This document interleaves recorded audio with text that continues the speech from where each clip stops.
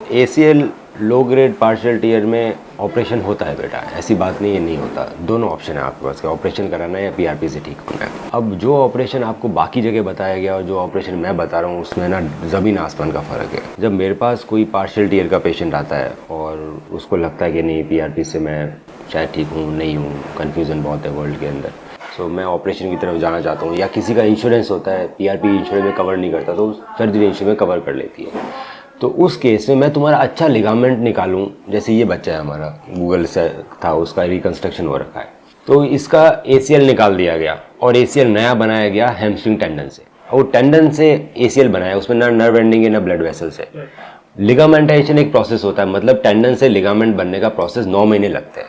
सो 9 महीने में अगर वो प्रोप्रियोसेप्शन एक्सरसाइज करेगा, जिसमें मैं बता रहा था कि भैया बहुत ज़रूरी है, रनिंग जंपिंग शटलिंग 3-4-6 महीने बहुत मेहनत करेगा ग्राउंड पे जिम पे, तब जाके धीरे धीरे नर्व एंडिंग्स उसकी ACL लिगामेंट पे आएंगी प्रोप्रियोसेप्शन आएगा, अभी है नहीं। सो हम क्या करते हैं, बहुत सारे डॉक्टर जो ओरिजिनल ACL है उसको निकाल लेते हैं, जिसमें हमारी नर्व एंडिंग चली जाती है, ब्लड वेसल चली जाती है, फिर ग्राफ के कॉम्प्लिकेशन है, फेलियर हो रहा है, ढीला पड़ा है, 10 है।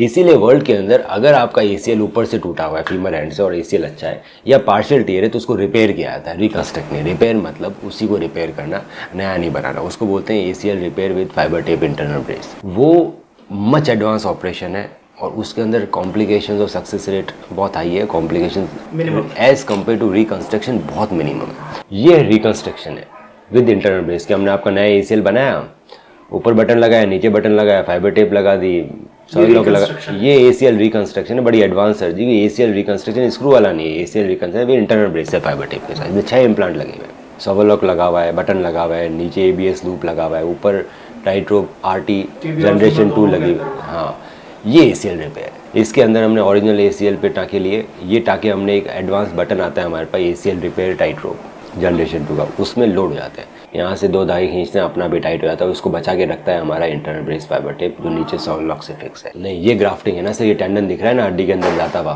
और ये ओरिजिनल लिगामेंट है। सो इसके अंदर तो रिकंस्ट्रक्शन में हमें मोटे छेद करने पड़े ताकि मैं टेंडन हड्डी में डाल सकूँ।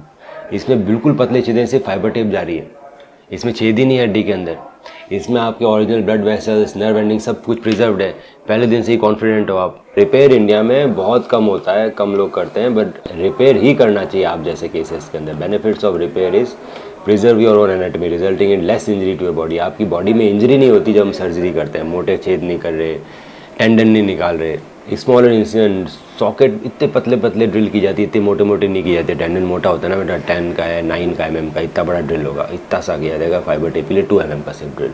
पेन सिग्निफिकेंटली होता ही नहीं है सर्जरी के बाद, कॉम्प्लिकेशंस नहीं है, graft complication, early return to sports activity बहुत जल्दी है इसके अंदर, क्योंकि ओरिजिनल लिगामेंट है, हमें नर्व वेसल्स डेवलप नहीं करनी है, कुछ नहीं करना। ये पहले क्यों नहीं होता था, अब क्यों होने लग गया? क्योंकि पहले रिपेयर फेल हो जाते थे। जब से इंटरनल ब्रेस आया है तभी से रिपेयर हो रहे हैं, और रिपेयर सिर्फ ACL का नहीं होता है, ACL के PCL रिपेयर, MCL रिपेयर, सब कुछ रिपेयर करता हूँ मैं, अगर वो रिपेयरेबल है तो। आज अगर अमेरिका जाओगे तो सब कुछ रिपेयर होगा अगर रिपेयरेबल है तो, नहीं रिपेयरेबल है तभी नया बनाया जाएगा। नए बनने में, टेंडन से लिगामेंट बनने में बहुत तकलीफें आती है शरीर को, रिपेयर करना बेस्ट है। इंटरनल ब्रेस से हमारा रिपेयर प्रोटेक्टेड रहता है तो हील हो जाता है। पहले इंटरनल ब्रेस नहीं था तो रिपेयर प्रोटेक्टेड रहता था, फेल हो जाते थे। इसलिए ऑल ओवर वर्ल्ड रिपेयर के नंबर से सिग्निफिकेंटली इंक्रीज हो गए जब से इंटरनल ब्रेस आया। पर आपके केस में इसकी ज़रूरत नहीं है बेटा, तो ठीक है, तो मैं कह रहा हूँ ठीक तो ठीक है ना। मैं PRP के लिए हाँ, हम प्रोसीजर PRP ऑपरेशन नहीं है, छुट्टी नहीं है, बैक टू स्पोर्ट्स इससे भी जल्दी है, 45 डेज में चला जाएगा बैक टू स्पोर्ट्स। इसमें कम से कम तो 6 महीने लग जाएंगे, चाहे मैं कुछ भी करूँ।